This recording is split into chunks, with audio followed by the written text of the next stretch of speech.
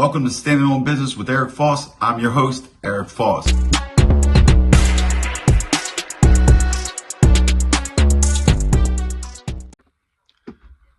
Afternoon, everybody. Welcome to Standing on Business with Eric Foss. I'm your host, Eric Foss.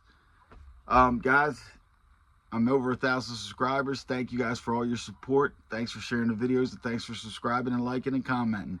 Let's get into this one. Episode 6, Jimmy Coonan doing time with the boss of the Irish Westies. The Westies, they used to consider them like the mob, you know. Give a little history on them. There in Hell's Kitchen in New York, there was a guy back in the day, Mickey Spillane.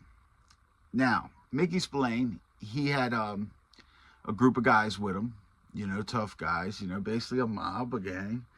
And they were, you know, they associated with the mob, like the Italian mafia, stuff like that. People would try, you know, they split percentages of territories. You know how them guys do. But anyway, Jimmy Coonan was just a kid. And his father, Jimmy's father, was a legitimate accountant or something. Now, this is a true story. Jimmy told me this. This is true. Mickey Spillane and his goons, they kidnapped Jimmy's dad. Pistol with him, whatever, tied him up. They extorted him out of some money. Jimmy, that never went away. So, fast forward a few years or whatever, Jimmy's building his own little clique.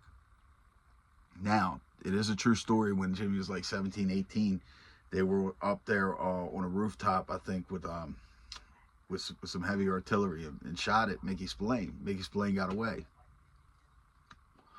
But he knew Coonan wasn't playing. Eventually, Spillane's luck runs out, and that's at the hands of a guy named Roy DeMeo, who Jimmy had became friends with. He was from the Gambino crime family. Okay, so Jimmy told me this, too, out of his own mouth. He said, after he seen Roy, after Roy had clipped Mickey Spillane, because that's what he did, he clipped Mickey Spillane, Roy seen Jimmy and said, "Merry Christmas," or something like that. Happy birthday, Merry Christmas, something like that. So them guys were pretty close. Now, Jimmy winds up, had a guy in his crew, Mickey Featherstone. That was his right-hand man. Dude was in the army. He was like a real nut job, too. And like killed a few people, got off for insanity stuff. Like this guy, he winds up being the main cooperator.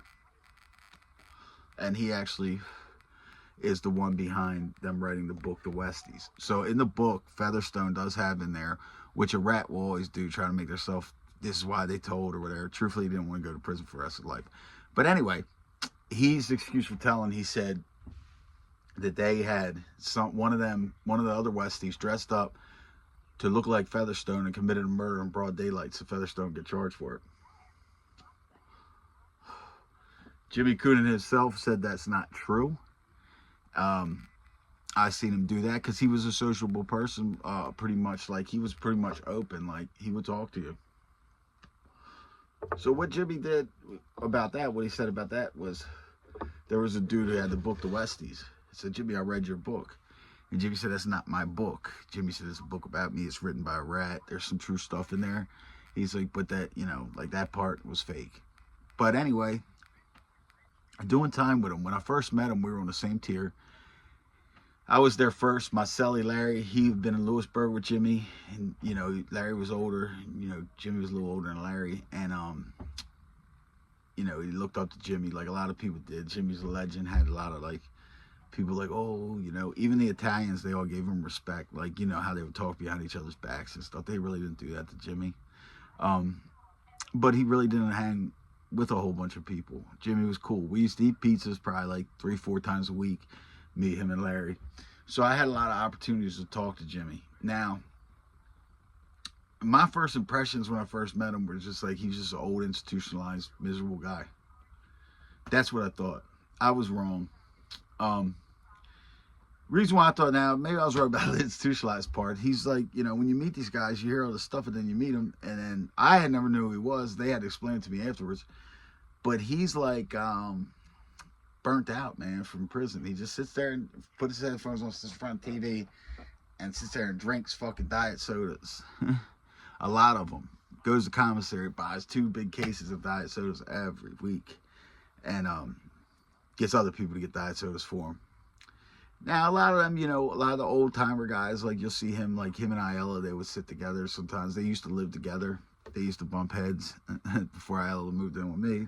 So, but like, they would share their little stories and their little thoughts and beliefs on things. Now, with Jimmy, he would say off the wall things. That's why I thought he was just burnt out and just goofy. Like, one time in the yard, there was 2 transgenders or whatever you want to call them. And Jimmy actually made a comment. Yeah, there's going to be more of them than there is us in the next 30 years.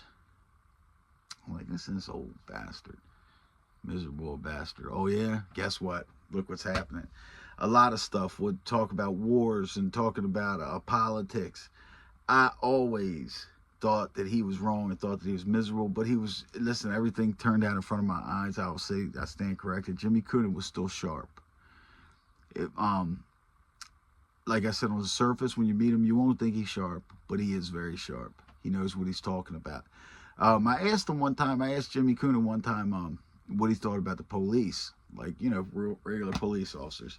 He said, he's like, I'll tell you like this. He's like, I don't have a problem with police, and I don't got a problem with criminals. He's like, I got a problem with criminals that act like police and police that act like criminals. Made a lot of sense. So, but his fate is sealed, basically. He knows that. Like, I was there when he went up for parole, and, they denied him and stuff like that. His days are sealed. Now, some of the crimes that he committed, it sounds bad. Like, they had, it's ingenious, but it's sick. When you think about what they did. They would kill somebody, cut their hands off, keep their hands, kill somebody else, use them same hands of that dead person to put the prints, make it look like the dead person killed the other person. It's ingenious, but it's sickening at the same time. You're killing people, cutting off their hands. One time they supposedly paraded somebody's head around on a bar, but they were ruthless. Jimmy and his crew was ruthless. Like, they would do, like with the bookie guy, Ruby Stein, when they took his book. You know what I mean? That's what they do, though. But that's what the mob does. That's what all the mobs do. It's all stealing and knocking people off and taking their shit. That's all it is. It's not this romanticized stuff. You know what I mean? It's just stealing. That's all it is, stealing.